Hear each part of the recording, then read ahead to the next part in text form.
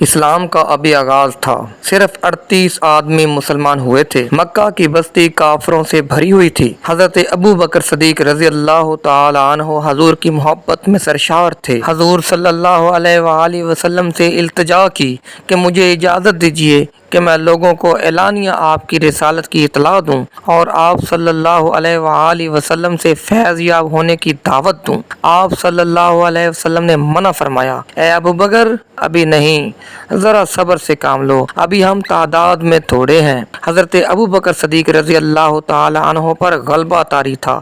انہوں نے پھر اصرار کیا، حتیٰ کہ نبی صلی اللہ علیہ وآلہ وسلم نے اجازت دے دی۔ حضرت ابو بکر صدیق رضی اللہ تعالی عنہ نے بے خوف و خطر لوگوں کو اللہ اور اس کے رسول کی طرف دعوت دے دی۔ حافظ ابن کثیر لکھتے ہیں کہ حضور کی بعثت کے بعد حضرت ابو بکر صدیق پہلے خطیب ہیں جنہوں نے لوگوں کو اللہ اور اس کے رسول صلی اللہ علیہ وآلہ وسلم کی طرف بلایا۔ مشرکین مکہ حضرت ابو بکر صدیق رضی اللہ تعالی عنہ پر ٹوٹ پڑے۔ آپ رضی اللہ تعالی عنہ کو سخت پیٹا گیا، روندا گیا۔ ایک گستاخ عتبہ بن ربیعہ نے حضرت ابو بکر صدیق رضی اللہ تعالی عنہ کے چہرے پر بے تحاشا تھپڑ مارے۔ حضرت ابو بکر قبیلہ بنو تمیم سے تھے۔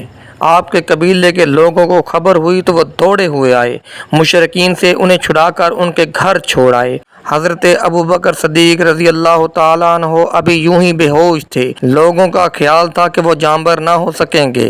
2 دن بھر بے ہوش رہے۔ جب شام ہوئی تو آپ کو ہوش آیا۔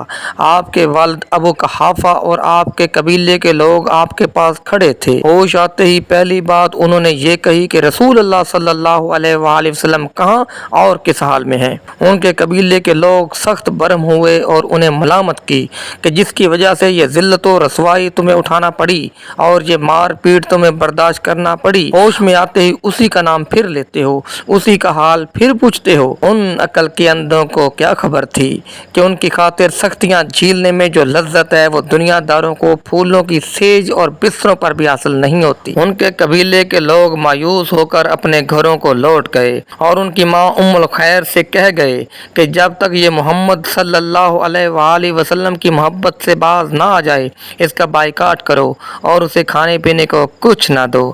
ماں کی ممتا تھی، جی بھر آیا، کھانا لا کر سامنے رکھ دیا اور کہا دن بھر کے بھوکے ہو، کچھ کھا لو۔ حضرت ابو بکر صدیق رضی اللہ تعالی عنہ نے کہا، ماں خدا کی قسم میں کھانا نہیں چکھوں گا اور نہ پانی کا گھونٹ تک پیوں گا جب تک حضور کی زیارت نہ کر لوں۔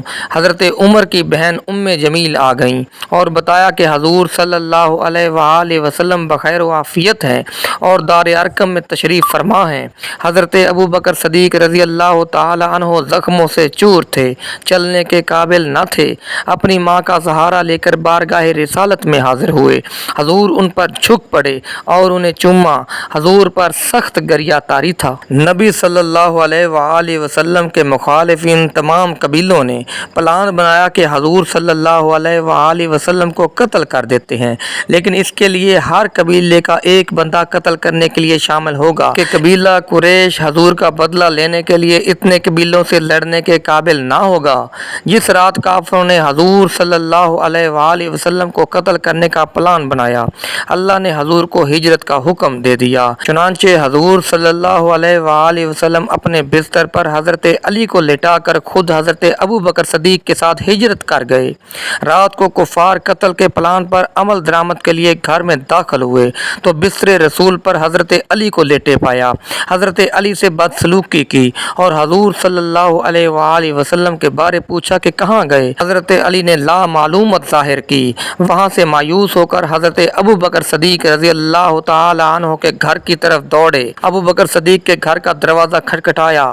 حضرت ابو بکر صدیق کی لاڈلی بیٹی اسماء بنت ابو بکر باہر نکلیں۔ ابو جہل نے پوچھا، لڑکی تیرا باپ کہاں ہے؟ وہ بولیں، بخدا مجھے معلوم نہیں۔ تو بد زبان اور گستاخ ابو جہل نے معصوم بچی کے اتنے زور سے تمانچہ مارا کہ اسماء کے کان کی بالی نیچے گر گئی۔ ناظرین، یہ دکھ تھے، یہ تکلیفیں تھیں نبی صلی اللہ علیہ وآلہ وسلم سے محبت کرنے والوں کو، اور قربان جاؤں ان محبت کرنے والوں پر جو سولی پہ چڑھ گئے لیکن حضور صلی اللہ علیہ وآلہ وسلم سے محبت میں کمی نہ آئی۔ ناظرین، آج کی ویڈیو میں اتنا ہی، ملتے ہیں اگلی ویڈیو میں، تب تک کے لیے اللہ حافظ.